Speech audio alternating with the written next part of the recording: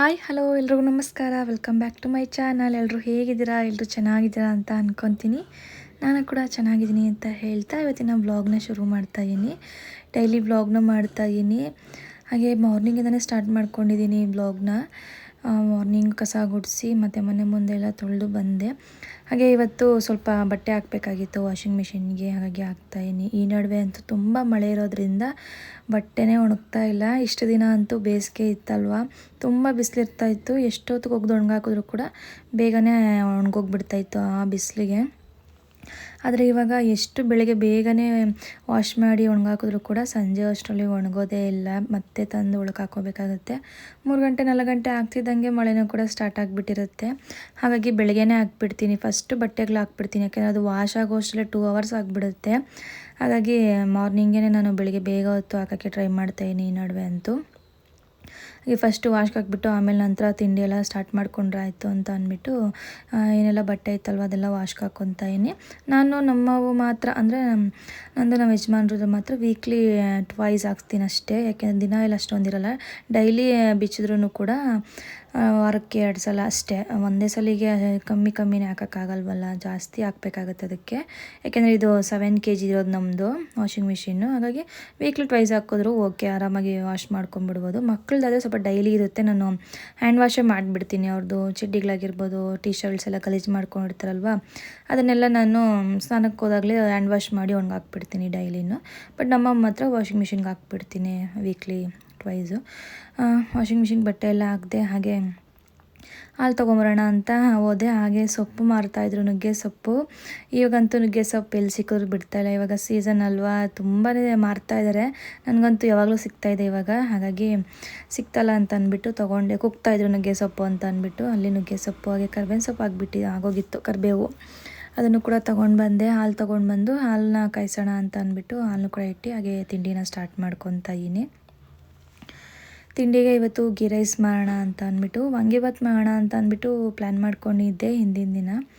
ಯಾಕೋ ಗೊತ್ತಿಲ್ಲ, ವಾಂಗಿಬಾತ್ ಮಾಡೋದಕ್ಕೆ ಟೈಮೇ ಆಗಲಿಲ್ಲ. ಯಾಕೆಂದರೆ ಪೌಡ್ರ್ ಬೇರೆ ಇರಲಿಲ್ಲ, ಪೌಡ್ರ್ ಬೇರೆ ಮಾಡ್ಕೋಬೇಕಾಗಿತ್ತು. ಇನ್ನು ಪೌಡ್ರ್ ಮಾಡಿ ಇದೆಲ್ಲ ಮಾಡೋ ಅಷ್ಟು ಸ್ವಲ್ಪ ಲೇಟ್ ಆಗುತ್ತೆ. ಬೇಡ, ಗೀ ರೈಸೇ ಮಾಡ್ಕೊಂಬಿಡೋಣ. ಮತ್ತು ನೆಕ್ಸ್ಟ್ ಪೌಡ್ರ್ ಮಾಡಿ ಇಟ್ಕೊಂಬಿಡೋಣ ನೈಟೇ, ಮತ್ತು ಮಾರ್ನಿಂಗು ಗೊಜ್ಜು ಮಾಡ್ಕೊಂಡ್ರೆ ಆಯಿತು ಅಂತ ಪ್ಲ್ಯಾನ್ ಮಾಡಿಕೊಂಡೆ. ನಾನು ಯಾವಾಗಲೂ ಹಾಗೆ ಮಾಡ್ತೀನಿ. ಸ್ವಲ್ಪ ಟೈಮ್ ಇದ್ದರೆ ಪೌಡ್ರ್ ಆವಾಗಲೇ ಮಾಡಿಕೊಂಡು ಆವಾಗಲೇ ಗೊಜ್ಜೆಲ್ಲ ಮಾಡ್ಕೊಂಡು ರೈಸ್ ಮಾಡ್ಕೊತೀನಿ. ಬಟ್ ಯಾಕೋ ಇವತ್ತು ಟೈಮ್ ಸಿಗಲಿಲ್ಲ. ಹಂಗೂ ಅಂದ್ಕೊಂಡಿದ್ದೀನಿ ಪೌಡ್ರನ್ನ ಸ್ವಲ್ಪ ಹಿಂದಿನೇ ಮಾಡಿಟ್ಕೊಳ್ಳೋಣ. ಸುಮ್ಮನೆ ಮಾರ್ನಿಂಗ್ ಟೈಮ್ ಯಾಕೆ ಮಾಡಿಕೊಂಡು ಮತ್ತು ಆ ಟೈಮ್ನ ವೇಸ್ಟ್ ಮಾಡೋದು ಅಂತ. ಟೈಮ್ ವೇಸ್ಟ್ ಅನ್ನೋದಕ್ಕಿಂತ ಟೈಮೇ ಇರಲ್ವಲ್ಲ ಮಾರ್ನಿಂಗ್ ಟೈಮು. ಹಾಗಾಗಿ ಇವತ್ತು ಗೀ ರೈಸ್ ಮಾಡ್ಕೊಂಬಿಟ್ಟೆ. ವಾಂಗಿಬಾತ್ ಅಂದ್ಕೊಂಡು ಗೀ ರೈಸ್ ಮಾಡಿದೆ. ಕೆಲವೊಂದ್ಸಲ ಈ ಥರ ಆಗುತ್ತೆ, ನಾವೇನೇ ಪ್ಲ್ಯಾನ್ ಮಾಡಿಕೊಂಡ್ರು ಕೆಲವೊಂದ್ಸಲ ಚೇಂಜ್ ಆಗಿಬಿಡುತ್ತೆ. ಯಾಕೆಂದರೆ ನಾವು ಕೆಲವೊಂದ್ಸಲ ಲೇಟಾಗಿ ಎದ್ಬಿಟ್ಟಿರ್ತೀವಿ. ಬೇಗ ಎದ್ದರೆ ಮಾತ್ರ ಕೆಲಸಗಳಾಗೋ ಟೈಮ್ಗೆ. ಸ್ವಲ್ಪ ಲೇಟ್ ಆದ್ರೂ ಕೂಡ ಈ ರೀತಿ ಆಗುತ್ತೆ. ಈ ನಡುವೆ ಅಂತೂ ಚಳಿ ಅಲ್ವಾ, ಎದ್ದೊಳೋದಕ್ಕಾಗೋದೇ ಇಲ್ಲ. ಬೇಗ ಅಂತೂ 6 ಗಂಟೆಗೆ ಎದ್ದರೂ ಕೂಡ ಇನ್ನೂ ಸ್ವಲ್ಪ ಹೊತ್ತು ಮಲ್ಕೊಳ್ಳೋಣ ಅಂತ ಅನ್ನಿಸ್ತಾ ಇರುತ್ತೆ. ಹಾಗೆ ಸ್ವಲ್ಪ 6 ಗಂಟೆ ಮೇಲೇ ಎದ್ದೊಳೋದು ನಾನು. ಹಾಗೆ ಟೈಮ್ ಆಗೋಲ್ಲ ಅಂತ ಅಂದ್ಬಿಟ್ಟು ನಾನು ಇದು ಮಾಡ್ತಾಯಿದ್ದೆ. ಗೀ ರೈಸ್ ಫೈನಲಿ ರೆಡಿ ಆಯಿತು. ಎಲ್ಲನೂ ಕೂಡ ನೀಟಾಗಿ ಮಿಕ್ಸ್ ಮಾಡಿಕೊಂಡು ಎಲ್ಲರಿಗೂ ಸರ್ವ್ ಮಾಡ್ತಾಯಿದ್ದೆ. ಒಂದೇ ಸಲ ಎಲ್ಲ ಕೂತ್ಕೊಂಡು ತಿಂಡಿ ಮಾಡ್ಕೊಂಡ್ವಿ.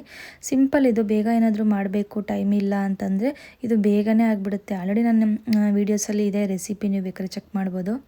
ಓಕೆ, ತಿಂಡಿ ಎಲ್ಲ ಆಯಿತು. ಜಸ್ಟ್ ಇವಾಗ ತಿಂಡಿ ತಾನೇ ಮುಗಿಸಿ ಮಕ್ಕಳು ಕೂಡ ತಿಂಡಿ ಮಾಡಿದ್ರು. ಇವಾಗ ಆರಾಮ್ ಸ್ವಲ್ಪ ಕುತ್ಕೊಳ್ಳೋಣ ಅಂತ. ನನಗೆ ತಿಂಡಿ ಆಗಿದ ತಕ್ಷಣ ಸ್ವಲ್ಪ ಹೊತ್ತು ಕುತ್ಕೋಬೇಕು, ಆವಾಗಲೇ ಸಮಾಧಾನ. ನನಗೆ ತಕ್ಷಣ ಮತ್ತೆ ಕೆಲಸ ಮಾಡೋದಕ್ಕೆ ಇಂಟ್ರೆಸ್ಟ್ ಬರಲ್ಲ.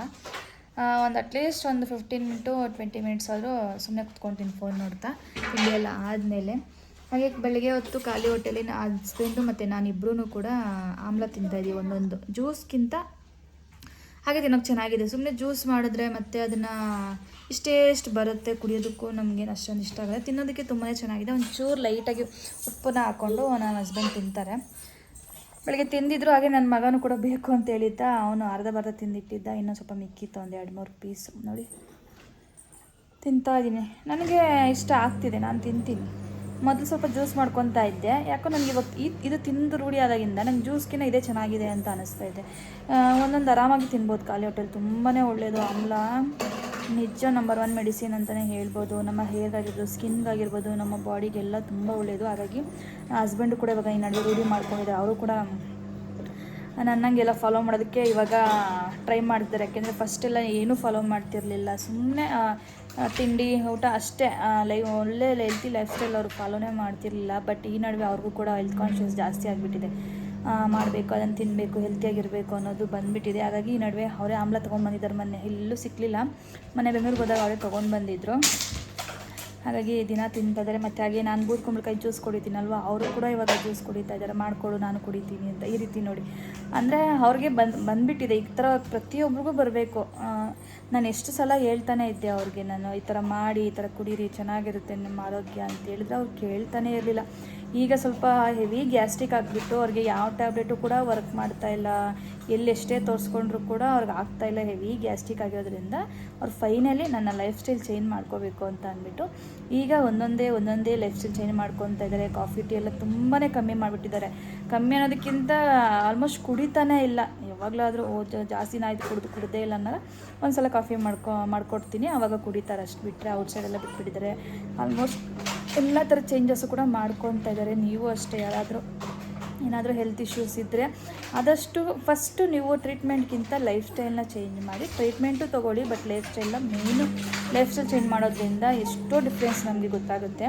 ನಮ್ಮ ಹಸ್ಬೆಂಡ್ ಅಂತೂ ನಾನು ಎಷ್ಟು ಬೈತಾ ಇರ್ತೀನಿ, ನನ್ನಾಗ ನೀನು ಯಾಕಿರಲ್ಲ, ಈ ಥರ ತಿನ್ನು, ಫ್ರೂಟ್ಸ್ ತಿನ್ನು, ವೆಜಿಟೇಬಲ್ಸ್ ತಿನ್ನು, ಈ ರೀತಿ ಜ್ಯೂಸಸ್ ಕುಡಿ, ಚೆನ್ನಾಗಿರುತ್ತೆ, ಹೆಲ್ತ್ ಚೆನ್ನಾಗಿರುತ್ತೆ, ಏನೂ ಆಗೋಲ್ಲ, ಸುಮ್ಮನೆ ಟ್ಯಾಬ್ಲೆಟ್ಸ್ ತೊಗೋಬೇಡ ಅಂತ ಹೇಳ್ತಾನೆ ಇದ್ದೆ. ಬಟ್ ಅವ್ರು ಕೇಳ್ತಾನೆ ಇರಲಿಲ್ಲ.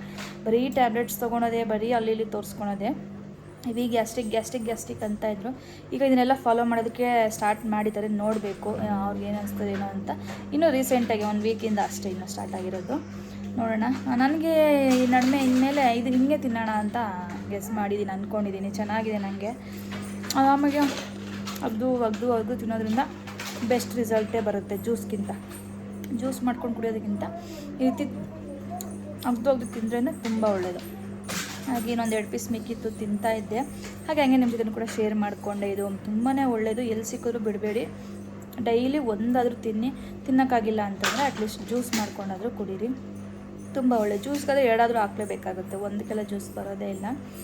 ಹಾಗಾಗಿ ಇದನ್ನು ತಿಂದ್ಬಿಟ್ಟು ಇನ್ನೂ ಬೇಜಾನ್ ಕೆಲಸ ಇದೆ. ಮಧ್ಯಾಹ್ನ ಅಡುಗೆ ಎಲ್ಲನೂ ಇದೆ, ಮಾಡಬೇಕು. ಈ ತಿಂಡಿ ಆಗಿದ ತಕ್ಷಣ ಸ್ವಲ್ಪ ಇಂಟ್ರೆಸ್ಟೇ ಬರೋಲ್ಲ ಟಿಫನ್ ಎಲ್ಲ ಮಾಡಿದ್ಮೇಲೆ ಕೆಲಸ ಮಾಡೋದಕ್ಕೆ. ಮಧ್ಯಾಹ್ನದ ಊಟಕ್ಕೆ ಕುಂಬಳಕಾಯಿನ ಬಳಸಿ ಕುಂಬಳಕಾಯಿ ಪಲ್ಯ ಹಾಗೆ ಕುಂಬಳಕಾಯಿ ಸಾಂಬಾರು ಮಾಡ್ಕೊತಾ ಇದ್ದೀನಿ. ಹಾಗೆ ರೆಸಿಪಿ ಕೂಡ ಶೇರ್ ಮಾಡ್ಕೊತಾ ಇದ್ದೀನಿ. ನೋಡಿ, ಈ ರೀತಿ ಕುಂಬಳಕಾಯಿ, ಆ್ಯಕ್ಚುಲಿ ನನಗೆ ಇದ್ರದ್ದು ಕುಂಬಳಕಾಯಿ ಇಷ್ಟನೇ ಆಗಲ್ಲ. ಇನ್ನೂ ಕಾಯಿ ಬರುತ್ತಲ್ವ, ಯೂಶಲಿ ಮಾರ್ಕೆಟಲ್ಲೆಲ್ಲ ಈ ಥರ ಕಾಯಿ ಸಿಗೋಲ್ಲ, ಈ ಥರ ಸ್ವಲ್ಪ ಹಣ್ಣಾಗಿರೋದೇ ಸಿಗೋದು. ಬಟ್ ಎಲ್ಲಾದರೂ ಬೆಳೆದಿರ್ತಾರಲ್ಲ, ಅಲ್ಲಿ ಕಿತ್ಕೊಂಡು ಬಂದಾಗ ಸ್ವಲ್ಪ ಕಾಯಿ ಇರುತ್ತೆ, ಅದು ಮಾತ್ರ ಸಖತ್ತಾಗಿರುತ್ತೆ. ನನಗೆ ಆ ಥರದ್ದೇ ಇಷ್ಟ ಆಗೋದು. ಇದು ಸ್ವಲ್ಪ ಕೆಂಪಗಾಗ್ಬಿಟ್ಟಿರುತ್ತೆ ನೋಡಿ, ಒಂದು ಸ್ವಲ್ಪ ಹಣ್ಣಾಗಿರುತ್ತೆ. ಬಟ್ ಕಾಯಿ ಇರಬೇಕು, ಅದು ನನಗೆ ತುಂಬಾ ಇಷ್ಟ ಆಗುತ್ತೆ. ಬಟ್ ಇದು ಸಾಂಬಾರಿಗೆಲ್ಲ ತುಂಬ ಚೆನ್ನಾಗಿರುತ್ತೆ. ಪಲ್ಯಕ್ಕಾದರೆ ಸ್ವಲ್ಪ ಕಾಯಿ ಹಂಗಿದ್ರೆ ಸಖತ್ತಾಗಿರುತ್ತೆ. ನನಗಂತೂ ಫೇವ್ರೇಟ್ ಅಂತಲೇ ಹೇಳ್ಬೋದು. ರೊಟ್ಟಿ ಮಾಡ್ಕೊಂಡು ಮತ್ತು ಜೊತೆಗೆ ಪಲ್ಯ ಮಾಡ್ತಾರೆ ಹಳ್ಳಿ ಸೈಡ್ ತುಂಬ ಚೆನ್ನಾಗಿ ಸಿಗುತ್ತೆ ಈ ಥರ ಕುಂಬಳಕಾಯಿ ಎಲ್ಲ. ನನಗೆ ಊರಲ್ಲೆಲ್ಲ ಮಾತ್ರ ಮಾಡಿದಾಗ ತಿಂದು ರೂಢಿಯಾಗಿ ನನಗೆ ಅದೇ ಥರ ಇಷ್ಟ ಆಗುತ್ತೆ. ಬಟ್ ಇಲ್ಲಿ ಟೌನ್ ಕಡೆ ಎಲ್ಲ ಈ ಥರ ಸಿಗಲ್ಲ. ಬಟ್ ಏನು ಮಾಡೋದು, ಸಿಗಲ್ವಲ್ಲ. ಹಾಗೆ ನಾನು ಈ ಥರದ್ದೇ ತೊಗೊಂಡು ಬಂದೆ. ಮೊನ್ನೆ ನಾನೇ ಮಾರ್ಕೆಟ್ಗೆ ಹೋಗಿದಾಗ ತೊಗೊಂಡು ಬಂದೆ ನೋಡಿಕೊಂಡು. ಹಾಗೆ ಅದ್ರ ಜೊತೆಗೆ ಪಲ್ಯನೂ ಮತ್ತು ಹಾಗೆ ಸಾಂಬಾರು ಮಾಡ್ಕೊಂಬೋಣ, ಇದನ್ನು ಯೂಸ್ ಮಾಡ್ಕೊಂಡು ಅಂದ್ಬಿಟ್ಟು ಮಾಡ್ಕೊತಾ ಇದ್ದೀನಿ. ನೋಡಿ, ಕುಂಬಳಕಾಯಿನ ಈ ರೀತಿ ಒಡೆದು ಕಟ್ ಮಾಡಬೇಕು ಅಂತಾರೆ. ಹಾಗಾಗಿ ನಾನು ಫಸ್ಟ್ ಒಡೆದ್ಬಿಟ್ಟು ಈ ರೀತಿ ಕಟ್ ಮಾಡ್ಕೊತಾ ಇದ್ದೀನಿ. 3/4 ಭಾಗದಷ್ಟು ಪಲ್ಯಕ್ಕೆ ಕಟ್ ಮಾಡಿಕೊಂಡು, ಇನ್ನು 1/4 ಭಾಗದಷ್ಟು ಸಾಂಬಾರಿಗೆ ಅಂತ ಅಂದ್ಬಿಟ್ಟು ಈ ರೀತಿ ಎತ್ತಿಟ್ಕೊಂಡಿದ್ದೀನಿ. ಸಾಕು, ಒಂದು ಕಾಯಿ ಆರಾಮಾಗುತ್ತೆ ನಮ್ಮ ಮನೆಯವ್ರಿಗೆಲ್ಲರಿಗೂ. ಕುಂಬಳಕಾಯಿಂದನೇ ಸಾಂಬಾರು ಕೂಡ ಮಾಡ್ಕೊಳ್ಳೋಣ ಅಂತ ಅಂದ್ಬಿಟ್ಟು ಅದನ್ನೇ ಮಾಡ್ಕೊತಾ ಇದ್ದೀನಿ. ನಮ್ಮಲ್ಲಿ ಚಪಾತಿ ಪಲ್ಯ ಏನಾದರೂ ಮಾಡಿದ್ರೆ ಏನಾದರೂ ಒಂದು ಸಾಂಬಾರು ಮಾಡಲೇಬೇಕು. ಹಾಗೆ ಇದನ್ನೇ ಬಳಸ್ಕೊಂಡು ಸಾಂಬಾರು ಮಾಡಿದ್ರೆ ಆಯಿತು ಅಂತ ಮಾಡ್ಕೊತಾ ಇದ್ದೀನಿ. ಸಾಂಬಾರು ಕೂಡ ತುಂಬಾ ಚೆನ್ನಾಗಿರುತ್ತೆ. ಎಲ್ಲನೂ ಕೂಡ ಕಟ್ ಮಾಡ್ಕೊಂಡು ಎತ್ತಿಟ್ಕೊತಾ ಇದ್ದೀನಿ. ಹಾಗೆ ಇದಕ್ಕೆ ಪಲ್ಯಕ್ಕೆ ಏನೆಲ್ಲ ಬೇಕು, ಈರುಳ್ಳಿ, ಹಸಿಮೆಣಸಿನ್ಕಾಯಿ ಎಲ್ಲನೂ ಕೂಡ ಕಟ್ ಮಾಡ್ಕೊತಾ ಇದ್ದೀನಿ.